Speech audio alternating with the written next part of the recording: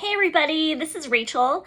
First of all, I wanted to thank everybody that's watched my videos, and I want to thank people that have subscribed to my channel and have written comments. It's been really awesome to read your comments, and I thank everybody for taking some time out to listen to what I have to say. So thank you, and I hope that you keep coming back and engaging in the comments. So what I want to talk about today, of course, is some more Meghan Markle drama, because why not, right? That's kind of the big thing that's on my mind, and obviously on yours too. That's why you're here. So I wanted to talk about Meghan's lack of appearance on the Gracie Awards. Now, I had actually never heard of the Gracie Awards prior to this, so I did some research. I wanted to look them up, figure out who they were, if they were significant, if it was just kind of like a BS award ceremony or not, because there's so many of those, right? And that's kind of what I thought was going on with the New York award ceremony. It just kind of seemed a little silly, just kind of an award to hand out an award. But the Gracie Awards are actually a little different. They are legitimate, they are considered prestigious. So they were actually founded in 1975, and they were named after Gracie Allen. Now, Gracie Allen was very, very famous. She was an early radio star. She was a comedian. She was in an act with her husband, George Burns, who also was a very famous comedian. He was kind of known for having the big cigar in his mouth, and his big line at the end of all of his, comedy shows was "Say goodnight, Gracie." So that's kind of his big catchphrase that he was known for. And these awards were named after her for her contributions to early media.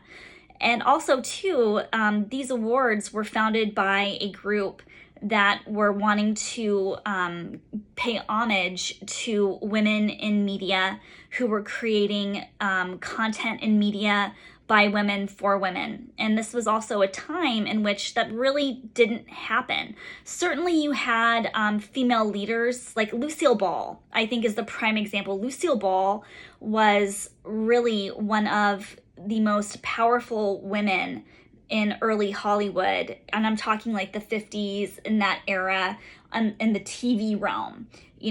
She and her husband produced their show. She produced Star Trek. So she really, the Desilu Studios made a huge difference in early TV history. But that was a rarity. Women really weren't involved in things like that. And slowly over time, women were becoming more prominent in media. I look towards the Mary Tyler Moore Show. That was a very prominent show that dealt with a young woman in the 70s who was on her own and was a career woman, which was really something that the world had never seen prior to that show. Sure, you'd had That Girl, but it was more of kind of a silly comedy as opposed to the Mary Tyler Moore Show, which, yes, was a silly comedy, but had kind of a deeper message in it about it's okay to be a career woman, when during that time frame it wasn't necessarily so, and people's attitudes and minds were changing about being just that. And of course, when this award ceremony was created, we're also in a time frame in which feminism was picking up steam in the modern era. And also the Equal Rights Amendment was picking up steam. So all of these things during this time frame led up to the creation of the Gracie Awards, which are a big deal. This is actually a 2-day ceremony. There is like a luncheon, and then there is the black tie gala where they hand out the awards. So this is not a joke award ceremony. So under normal circumstances, you would certainly think Meghan Markle would want to be there, right? Getting her picture taken, accepting the award, getting attention to herself. But she did not show up. And quite frankly, that doesn't surprise me given what happened last week with this alleged car chase. Because right now, her name is mud everywhere. Whatever press statement they thought they were going to make, to get better, more positive attention, failed epically. And people now, especially in America, are seeing them for who they really are. And I am certain that Meghan did not want to court a further firestorm, because right now she is actually in the midst of trying to rebrand herself. She recently signed with one of the biggest talent agencies in the United States. I think this was about 2 or 3 weeks ago, so this is very, very recent. She's also been very quiet as it relates to Harry's book Spare. She was not on any of the press tour with that.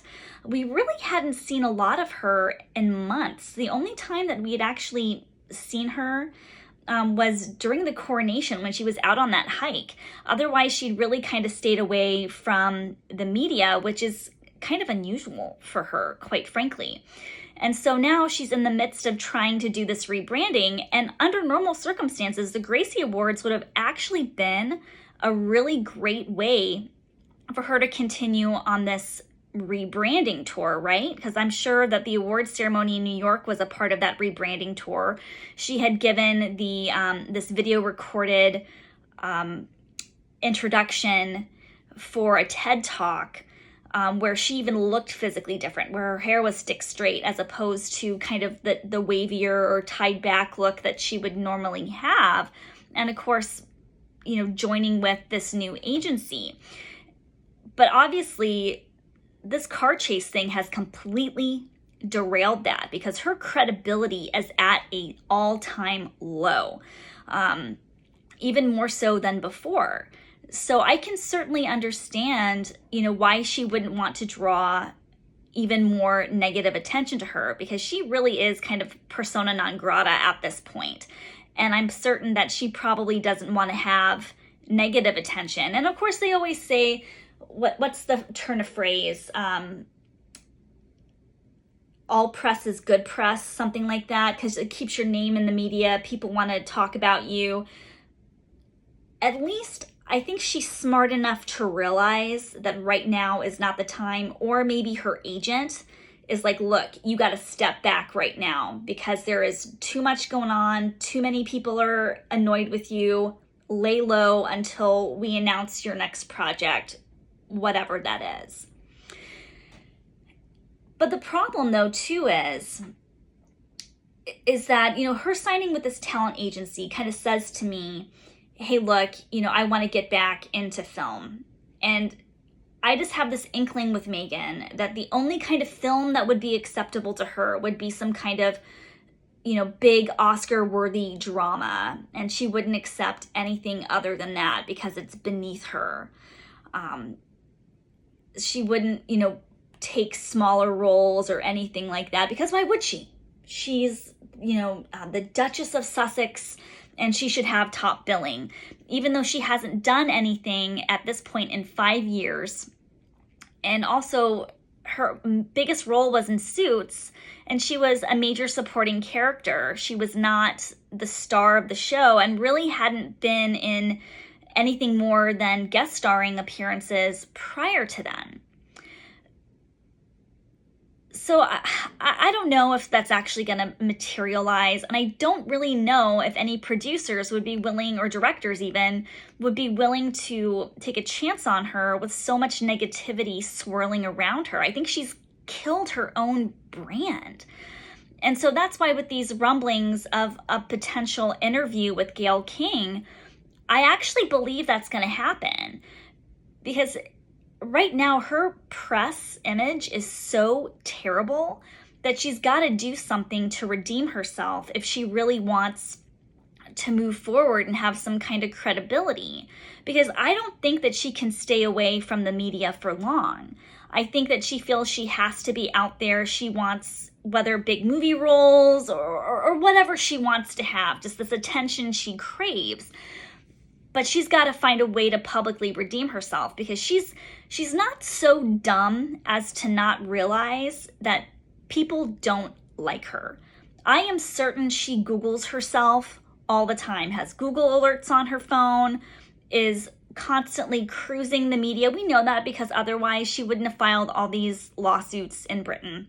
She wouldn't leak things to Omid Scobie if she was not acutely aware of what was being said about her in the media.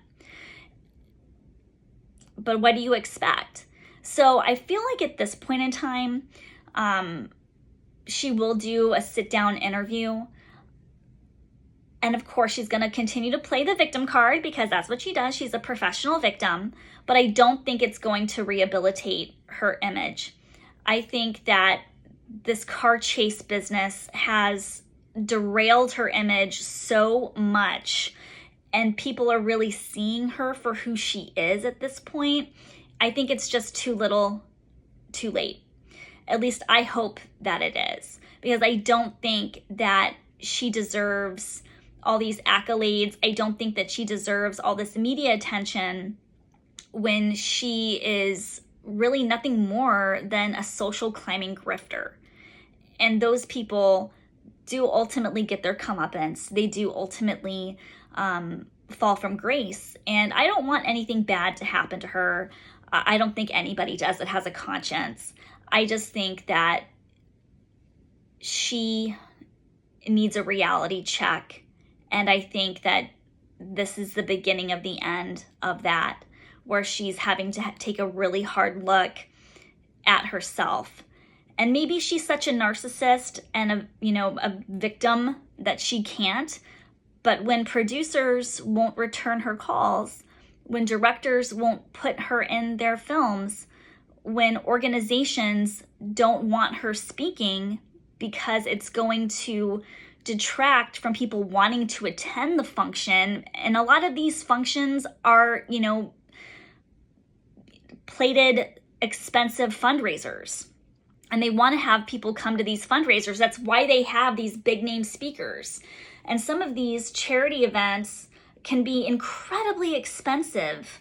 Thousands of dollars sometimes for a seat at the table to listen to these speakers. And somebody who maybe doesn't like Meghan may not be willing to pay $3,000 for an event, a charity event, if they have to sit and listen to her talk. So I think all of these things are eventually going to happen where things are going to disappear. And she has nobody to blame but herself. So those are my thoughts on what's going on. So again, thank you so much for tuning back in. I appreciate you. Go ahead and leave a comment. I appreciate it. I read them all. So thank you so much. Have a great day.